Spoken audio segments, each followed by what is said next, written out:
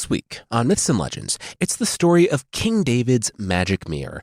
You'll see how asking directions from the guy whose family member you famously killed is maybe not a great idea, and how a nice relaxing bath can protect you from sorcerers trying to kill you. The creature this time is why it's maybe better to get staked as a vampire, so you don't end up transforming into an angry guy with 7 goat tails.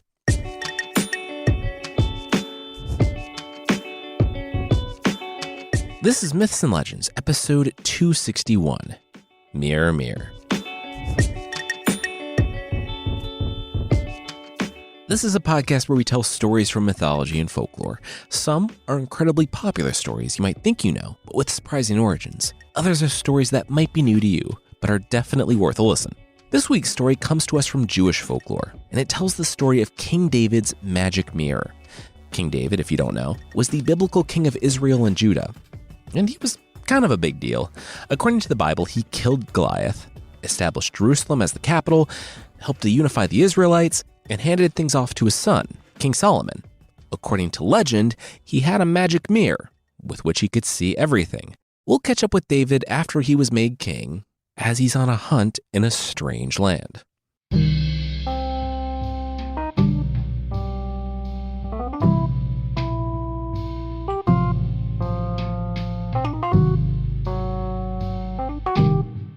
King David lowered his bow after shooting the arrow. That deer. Was that deer the devil? He thought that because he had been shooting at it for most of the morning. And a few times, David's arrows went right through the deer. And this last time the arrow sunk in its side, the deer fell and twitched before cracking up, ripping the arrow out with its deer teeth, calling David a nerd, and then disappearing into a puff of brimstone. So yeah, something was up with that deer. Then David looked around. Wait a second. He wasn't in the Israelite kingdoms anymore. He had traveled so far that he was in the land of the Philistines, their long-term enemy. He told himself not to panic. He only cracked their champion's head like a walnut before sawing it off. That was like 15 years ago, he assured himself. It was all good. Besides, he had even been hiding in their cities a little bit way back when. It would be okay. He saw some smoke coming out of a cave, and King David walked up. Knock, knock. Hey there, neighbor. He was just wondering if someone could point him in the direction of the Israelite kingdoms. He had lost his way hunting a deer that might have been Satan. David squinted. Toward the back of the cave, 3 people were huddled around a fire. The Israelites? One person asked. Yeah, David said.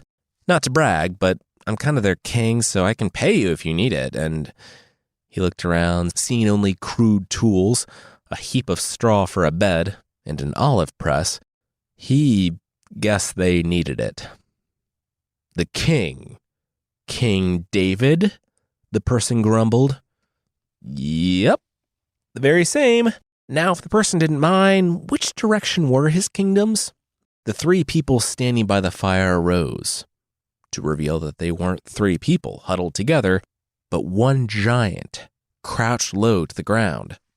The giant turned, and David said, You look familiar.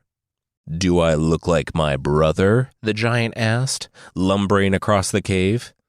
Do you have like a drawing of him or something? How would I know what your brother looks like? David asked, and then trailed off. Oh, wait. The giant was already lifting up its olive press, and David had enough time to plant his foot and start to dive out of the way when the olive press came down on him, killing him instantly. Or so the giant thought. The good news was that the dirt beneath David had literally miraculously softened at the last minute, becoming spongy, so David wasn't killed by the press and could also breathe. The downside was that was the extent of the miracle. David was now trapped in the dirt beneath the olive press, and the giant, the brother of Goliath, the one that David slew, was, according to the story, standing on it and dancing.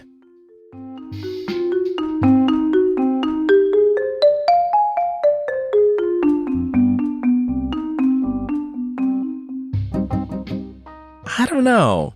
He left here going after a deer. You know, the one with the horns. David's top general, Abishai ben Zeruiah, told the wise men. Antlers, the wise men corrected. The horns on deer were called antlers. Nah, these looked devilly, Abishai noted. Well, if you're really worried, you could, take a look at the mirror, the wise men replied. Oh, no one's supposed to touch the mirror, Abishai barked. The men shirked back. Abishai apologized. It's just, sorry, David was super clear about that. The wise men threw up their hands. Okay, whatever, don't touch the mirror then. Abishai said that there were some other things that made him think David was in trouble, though. Like, when he washed his hands earlier today, blood came off of them. Is that normal? The wise men asked if there was blood on his hands, because that could have been a reason why. Abishai shook his head. No, that was the weird thing. Also, there's that bird right there. He pointed to the window.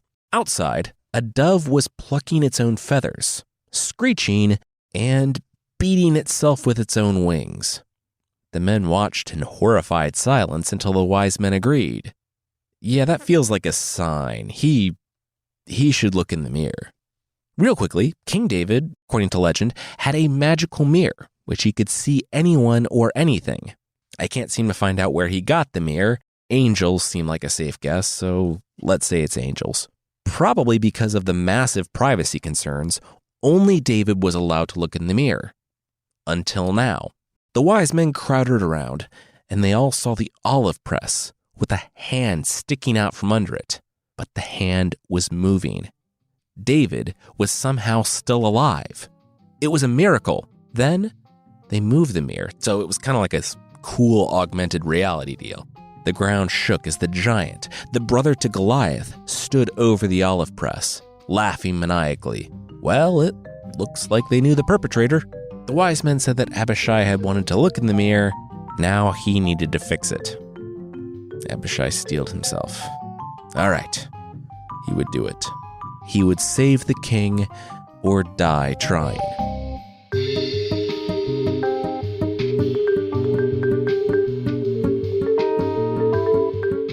Orpah sat outside her son's place. She had been called earlier this morning.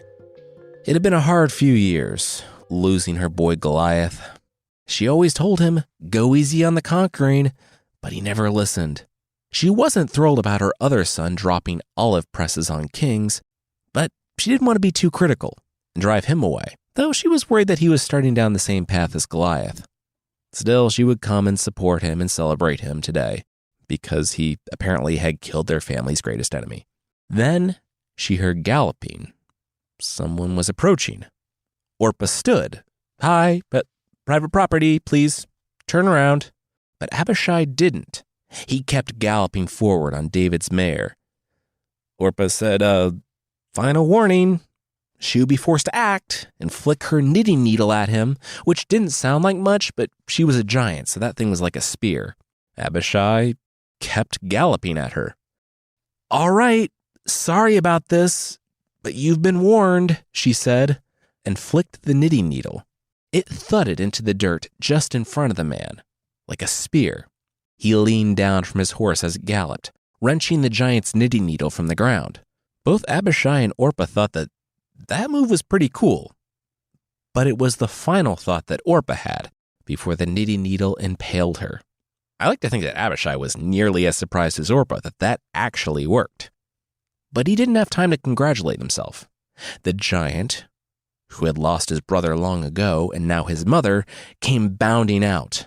He looked at his mother in horror and screwed up his face in rage. He would destroy this little guy. Then he looked at the olive press, with the arms sticking out from underneath. The giant grinned. He would kill David's friend with David's body. That would maybe approach the same level of traumatizing as losing your mother to a knitting needle. The giant lifted the olive press, pulled David from the ground, and shrieked when David said, hi? The giant glowered at David and, for a moment, wondered how the king was still alive. Did he learn from his brother's lesson and attack David instantly? He did not.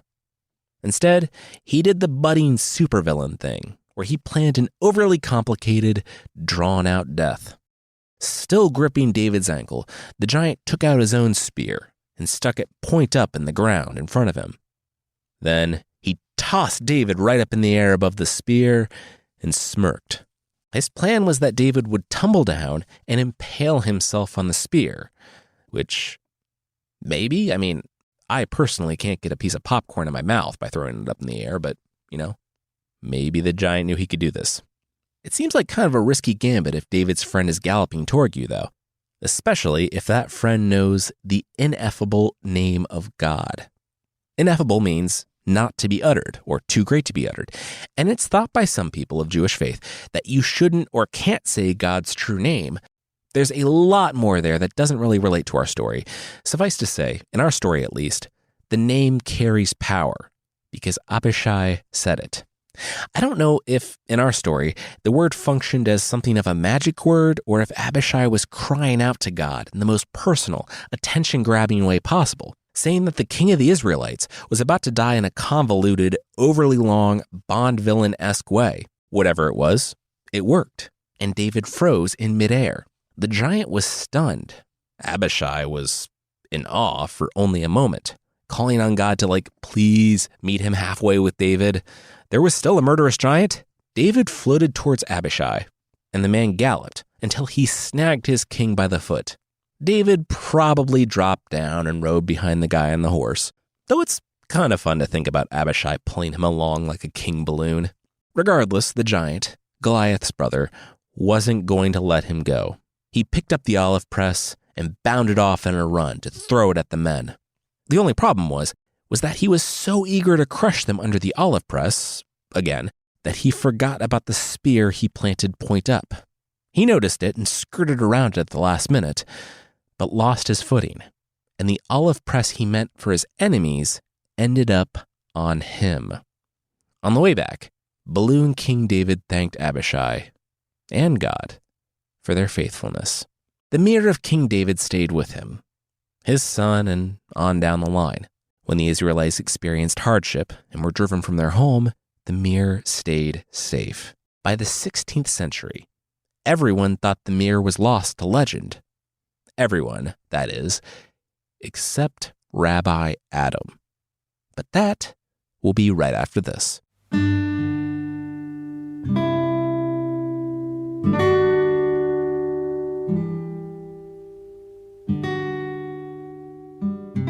Rabbi Adam was a good man. He had a long day of teaching, tending to the needs of his people, but to make the day even longer, he took out a mirror.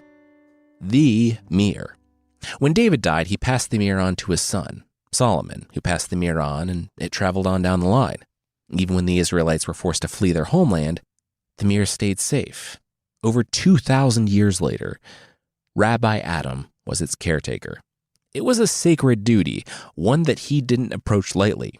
He would pull it out in the evening and, far from being a complete weirdo and spying on people without their consent, or seeing if people were talking about him or seeing who left their house a mess, Rabbi Adam looked for people in trouble. People he could help. The rabbi took a look at the mirror and saw a man at the market. Then, behind him, it wasn't just that an arrow was coming for him, it was that the arrow coming for him turned a corner. The tip of the arrow exploded out of the man's chest, and he dropped down on his stall, dead. Rabbi Adam sighed and grabbed his coat. You see, the mirror had a power that it's possible even David hadn't known about, one that was discovered in the millennia since. It didn't only know what was happening, but what would happen. Like some sort of 16th century rabbinical early edition, Adam could see who was in danger and how they would die a day beforehand. The rabbi told his helpers that he would be back in a few days. He was going to need to ride all night if he was going to make it in time to help this man.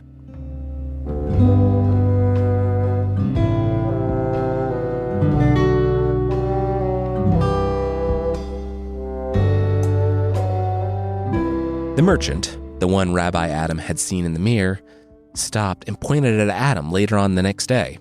No, you, leave me alone. You're gonna die in 2 hours, Rabbi Adam said, as he had said, counting down every hour for the previous 2, when he surprised the man in the street. Stop saying that, it's creepy and I don't even know you, the merchant yelled. Rabbi Adam shrugged and walked away. You see, for all of Rabbi Adam's good intentions, he wasn't the best detective. He was persistent. You can give him that. And he really did care, enough to go to a different city and stop a man from being murdered. But he didn't have much of a plan, other than to walk up to the stranger and tell him he was going to die, which would either be mildly off-putting or freak you out. The stranger never asked what Rabbi Adam meant, and Rabbi Adam didn't tell him. How do you tell a stranger that you saw in your magic mirror that they're going to get shot by a magic arrow in a way that they'll believe you? The merchant's 2 buddies asked, what was up with that guy? The merchant said he didn't know, but he'd been chasing that guy off all day. His friends replied that you sure you don't want to ask any follow-up questions of that guy? Like maybe why he thought the merchant was going to die? The merchant rolled his eyes. Okay. He would do it. Next time the guy came around, he would tackle the rabbi and demand answers. Their friend said that he didn't have to tackle the guy, but he did. The story tells us that the next time the rabbi came around, the merchant full-on tackled him, pinning him and demanding answers. Adam struggled free. The merchant didn't need to pin him. He could have just asked at any moment. I don't know how you convinced someone that you saw a magic arrow coming for them when you looked in your magic mirror. And maybe Rabbi Adam didn't quite get that far, but he at least got the merchant to come back to his inn and take a look at the mirror himself. Before they went upstairs, Rabbi Adam stopped to talk to the innkeeper. How much did he make in a day, like if the inn was sold out? The man thought about it with food and drink, about 18 silver shekels all told. The rabbi laid down a bag on the table before the man. There was 20 to close up for the day. The innkeeper counted out the coin, nodded to the rabbi, and barred the door.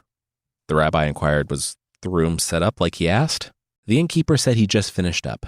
The rabbi smiled and thanked the man, and the merchant stood stunned as the rabbi passed him on the stairs.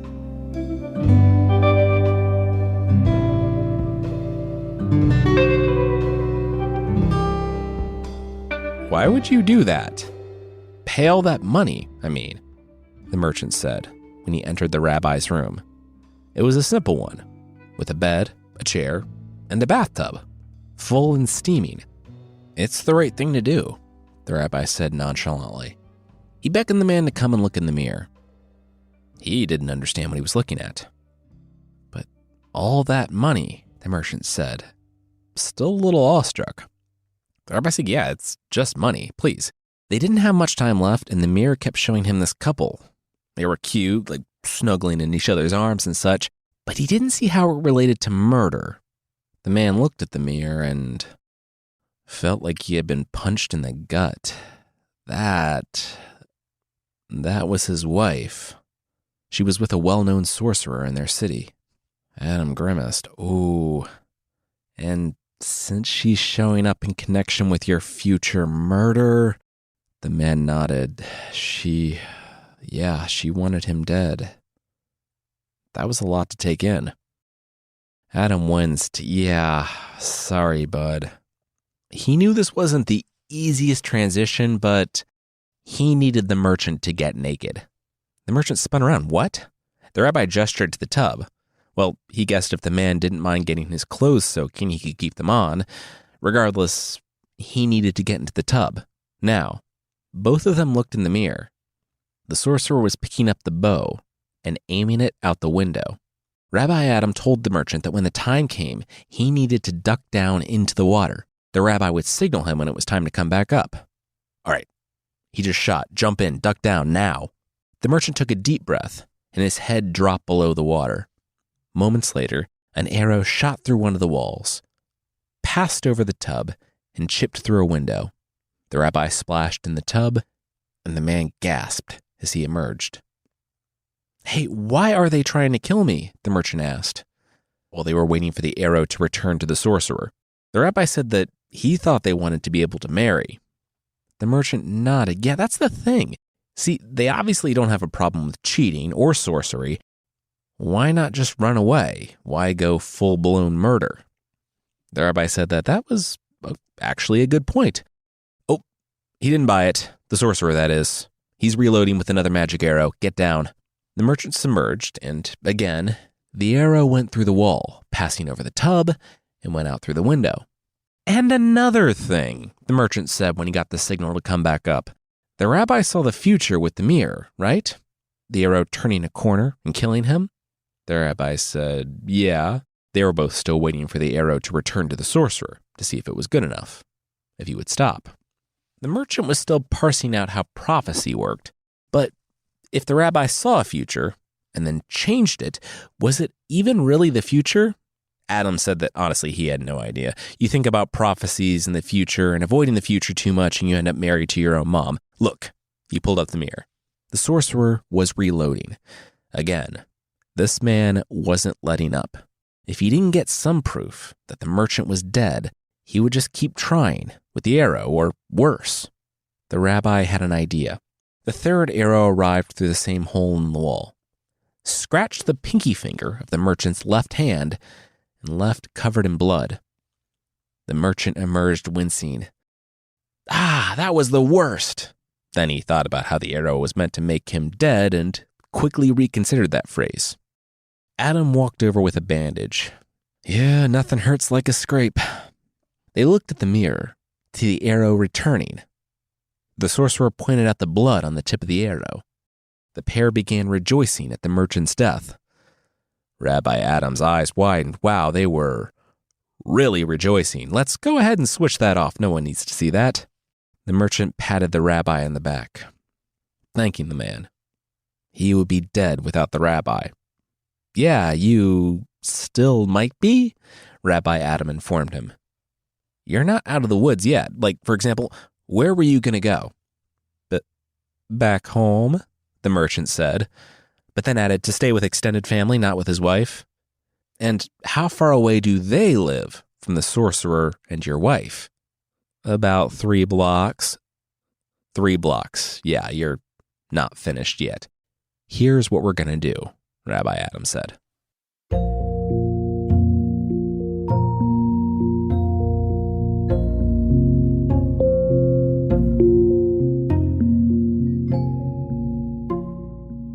We'll see Rabbi Adam's grand plan, but that will, once again, be right after this.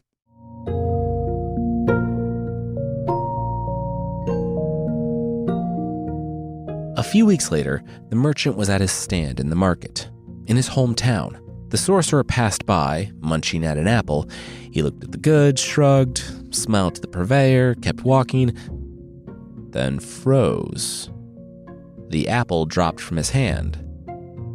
The sorcerer spun around. Hi? Hi, the merchant smiled. Can I help you? You're dead. I am? Oh no. Am I a ghost? Are you a ghost? Can I see dead people? Can you see dead people? Are we all ghosts? The merchant replied. Nah, he's just messing around. He knew he wasn't a ghost. But yeah, a fellow Jewish man, Rabbi Adam, helped him avoid the sorcerer's attacks. He thought he would be mad at seeing the sorcerer, like, that man was with his wife now. But he was kind of glad, you know? He didn't want to stay married to someone who didn't want to be with him, and who was also having an affair with a sorcerer and using magic arrows to try to murder him. The sorcerer cut him off. Stop talking. He didn't care about the merchant's personal growth. Rabbi Adam, this man who could thwart his powers, the sorcerer demanded him. Demanded him? The merchant asked. The sorcerer grew grim. Yes, demanded. You will bring Rabbi Adam to me, delivering him into my power. Okay, the merchant replied. Do not test me, merchant. I demand the rabbi. Yeah, I said okay, I'll bring him, the merchant replied. The sorcerer paused. Wait, really? It's people usually protest or something, the sorcerer noted. The merchant said, yeah, the rabbi said the sorcerer would say something cliched and hacky like that, and the rabbi said to convey the message that he would be happy to come. Just write down your address. The sorcerer did. Oh, okay, just cool. Tell him to come by tonight to meet his doom. Okay, the merchant asked if the rabbi should bring anything, wine. The sorcerer said, nah, he's got everything. Just bring himself, to die.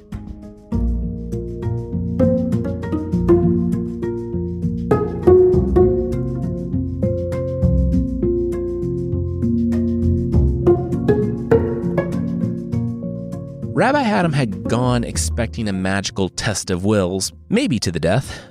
What he hadn't expected were all the nobles. He opened the door to a fancy soiree. The sorcerer and his wife, so formerly the merchant's wife, were hosting all the nobles in town. As soon as they spotted Rabbi Adam, the mood in the room changed. We don't need to go super far into it, but this was the nobility of a Western European city in the Middle Ages. That a murderous sorcerer was held in higher esteem by the nobles than a selfless rabbi should tell you all you need to know about the nobles. Anti-Semitism, the merchant whispered into the rabbi's ear. He nodded at the man. He understood the subtext of what was going on here. The nobles had started the party early, too. One of them yelled out that the rabbi was here. Magic fight! Another pointed to Rabbi Adam, telling him to perform his wonders, show them his powers. Rabbi Adam corrected them, saying that he performed wonders, but his power came from trust in the Lord, who had never failed him. The loaded nobles, who were looking for something more akin to how boxers talk to each other before a prize fight, shrugged it off. Weak. All right, magic off. Go. The sorcerer produced a bowl from inside his robe. Pass it around. Get a feel. No hidden compartments, just a normal bowl. The nobles, who were a little drunk for the level of focus required to hold a bowl, nodded. Cool, yep, okay, bowl. Was the awesome Harry Potter wand battle gonna be later, or... When the bowl made it back to the sorcerer, he waved his staff over it and boom. Water now filled the bowl. He passed it around the room full of nobles. Check that out.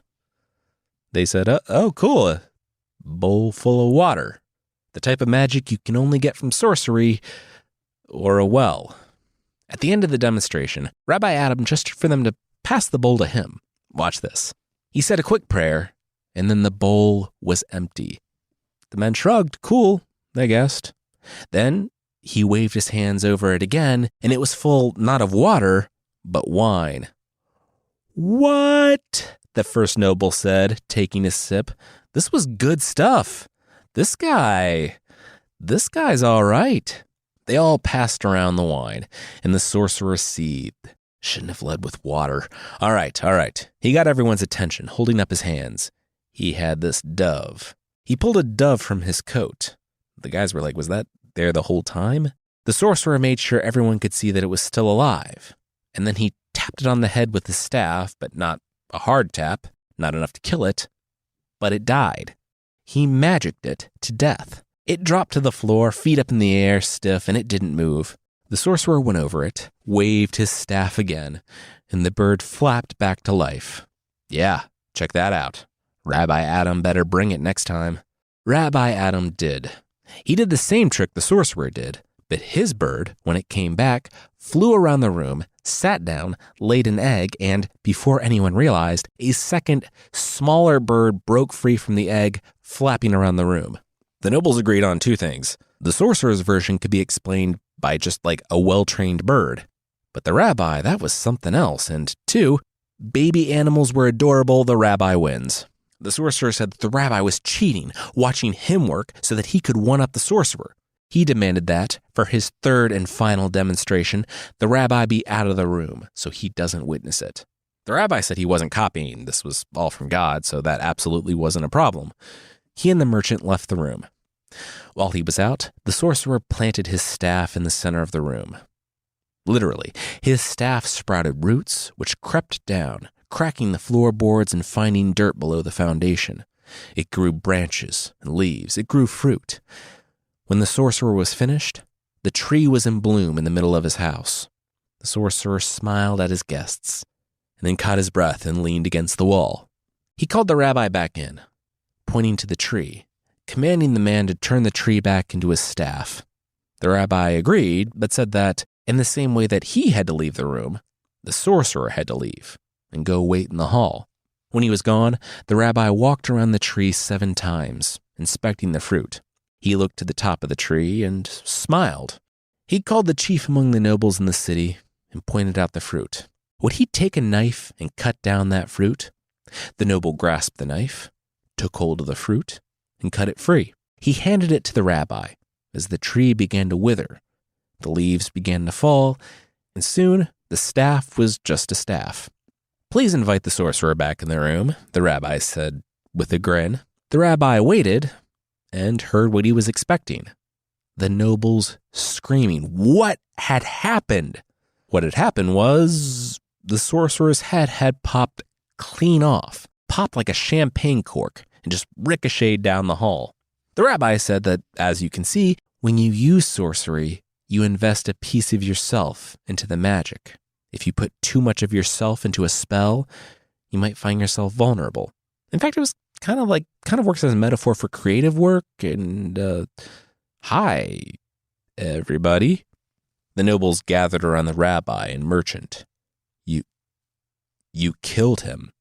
Rabbi Adam said, "Couple things. First, the sorcerer did this to himself as part of his spell, and if we're really pointing fingers here, technically the most senior noble cut the apple from the tree, so the other nobles shook their heads. He killed a citizen of their city.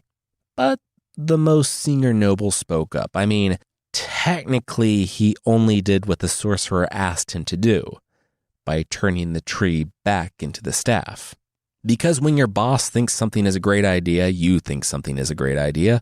All the nobles in attendance agreed that he was super smart with his excellent idea, and they should all get promotions. They patted the rabbi on the back, and he left the sorcerer's home. Outside, the merchant embraced him. Rabbi Adam didn't need to do any of that. Now the merchant was safe, and it was all thanks to him. All thanks to God, the rabbi corrected with a smile. The merchant nodded. Yes, of course. Oh man, also his wife was now single. He was going to divorce her so hard. He hoped she went the same way as her boyfriend. Rabbi Adam said, sure, divorce her, but keep in mind that the Lord doesn't desire the death of the wicked, but that they return to the ways of righteousness and repent.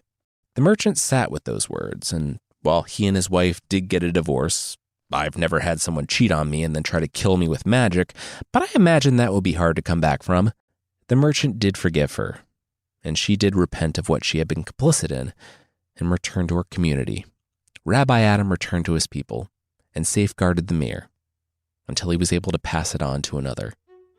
And some say the mirror is still out there, existing to this day.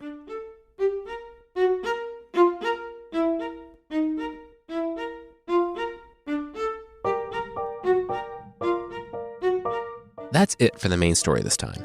Next week, we'll be in Japanese folklore, telling 3 stories of love gone wrong that are bizarre, funny, and tragic.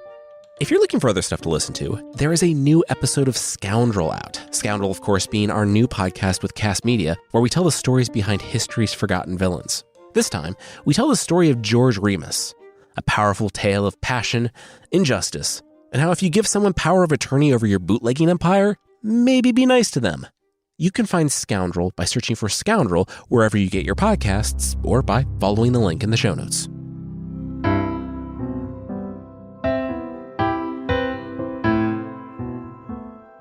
The creature this week is the Cuckoo from Albanian mythology. The Cuckoo is a zombie, a revenant, someone who returns from the dead because there are kids squatting in their old house. Not cool. When a miser dies, a person who doesn't like to spend money, it's said that their house is cursed because all that money they left behind, and that they just can't seem to let it go. So it's up to a brave boy to stay the night in the house, defeat the ghost who's probably confused as to why there's a brave boy in their house, and then he gets to keep all the miser's hard-won and obsessively squirreled away gold. Yes, the best way to help someone move on from something is to just attack them relentlessly until they run away. What does the Cuckoo look like? Well, that varies based on different regions. Apparently one version is a stocky, short-legged man with 7 goat tails. Far from being a confused, dead miser, this guy is just mean. He does evil stuff, and it's said that he's completely invulnerable to physical damage, except being strangled with a grapevine, which is actually a form of physical damage. The third is a version of the zombie that spreads plague, which kind of feels like all zombies. This one travels around breathing on people and giving them cholera. It also has an absolutely horrifying origin story involving Alexander the Great. I won't say it here because I don't want to do a disclaimer and it's just super dark, but I mentioned it in the post on the site. It's the first link in the show notes, so go check that out if you want to be grossed out. One final definition I found for the Kookadoo is that they're the final form of the Dhampir, a cool Albanian vampire we talked about a few months ago. So yeah, when it comes to being undead in Albania, either you die a vampire or you live long enough to see yourself become an angry zombie with 7 goat tails.